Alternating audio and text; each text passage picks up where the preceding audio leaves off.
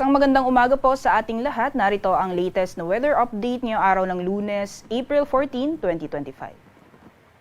Sa ngayon po ay wala tayong binabantayan na low pressure area o bagyo sa loob at labas ng ating Philippine Area of Responsibility, kaya asahan po natin magpapatuloy pa rin ang mainit na panahon sa malaking bahagi ng ating bansa. Although kung makikita po natin dito sa ating latest na satellite animation, meron po tayo namamataan na linya ng mga kaulapan dito po sa may bandang Hilagang Luzon or nakakaapekto sa may bandang Hilagang Luzon. Yan po ay isang frontal system or yung pagsasalubong po yan ng malamig at mainit na hangin. At dahil po sa frontal system, maaaring maranasan po yung mga pagulan dyan po sa ilang bahagi or ilang probinsya ng Northern Luzon ngayong araw. Meanwhile, for the rest of the country, nakita po natin na magiging maaliwalas po ang panahon ngayong araw, liban dito sa may western sections ng Mindanao area. Dulot po yan ng epekto ng easterlies. Ito pong mga kumpul na kaulapan na mamataan po natin sa may bahagi ng Zamboanga Peninsula, gayon din sa Basilan, Sulu at Tawi-Tawi, ay dulot po ng epekto ng easterlies. Kaya asahan po natin dyan sa mga nabanggit na lugar, mararanasan din po yung mga pag-ulan ngayong araw.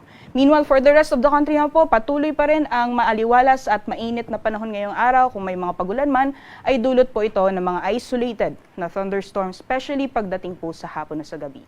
At sa mga susunod na araw, inaasahan natin na magiging ganito ang lagay ng panahon. So patuloy pa rin pong mararanasan ang mainit na panahon sa malaking bahagi ng ating bansa hanggang sa darating po yan na weekend. Sa magiging lagay ng panahon ngayong araw dito po sa Luzon, dulot po ng epekto ng frontal system, ay asahan po natin ang mga pag-ulan sa ilang bahagi ng Northern Luzon ngayong araw. For areas po ng Batanes, Apayao at Cagayan, maaring maranasan po ang maulap na kalangitan na may kasamang mga pag-ulan.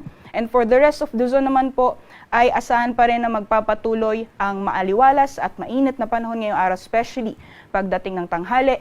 Pagdating man po sa hapon na sa gabi, posible po yung mga thunderstorms o mga pagkidlat at pagkulog at mga biglaan at panandalian na buhos na ulan. Temperature forecast naman po para sa mga piling syudad.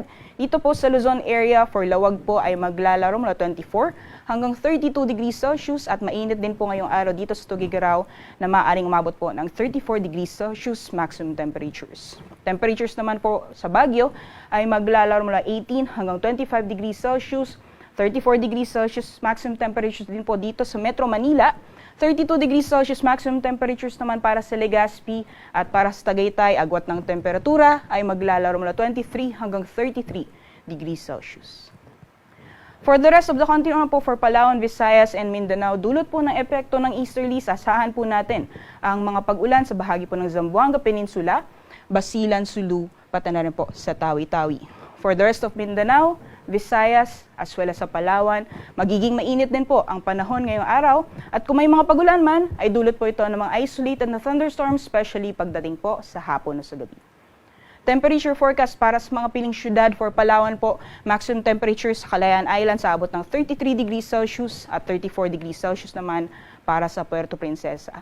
Meanwhile, dito po sa Iloilo, agwat ng temperatura ay maglalaro mula 27 hanggang 33 degrees Celsius.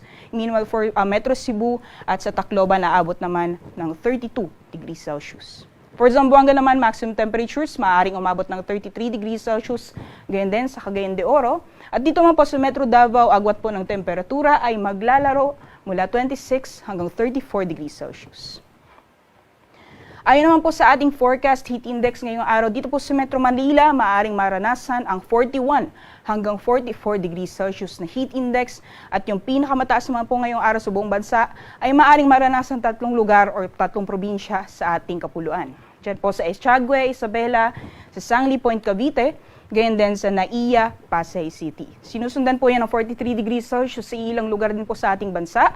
Dagupan City, Pangasinan, Tuguegarao City, Cagayan, Subic Bay, Olongapo, gayon din sa San Ildefonso, Bulacan, Ambulong, Tanawan, Batangas, San Jose, Occidental Mindoro, gayon din sa Dipolog, Zamboanga del Norte. At maaaring maranasan din po ang danger levels or mga 42 degrees Celsius pataas na heat indices values. Karamihan po yan sa Central Luzon at iilang bahagi ng Mimaropa. So manatili po tayong hydrated ngayong araw at kung lalabas po tayo ng ating mga tahanan ay panigurado pong magbaon po tayo ng payong. Para naman po sa kalagayan ng ating karagatan ngayong araw, wala po tayong gale warning or babala sa matataas mga pag-alon, kaya malaya pong makalayag ang ating mga kababayan ngayong araw. Sunrise po natin ay 5:43 a.m. at sunset naman po ay mamayang 6:10 p.m.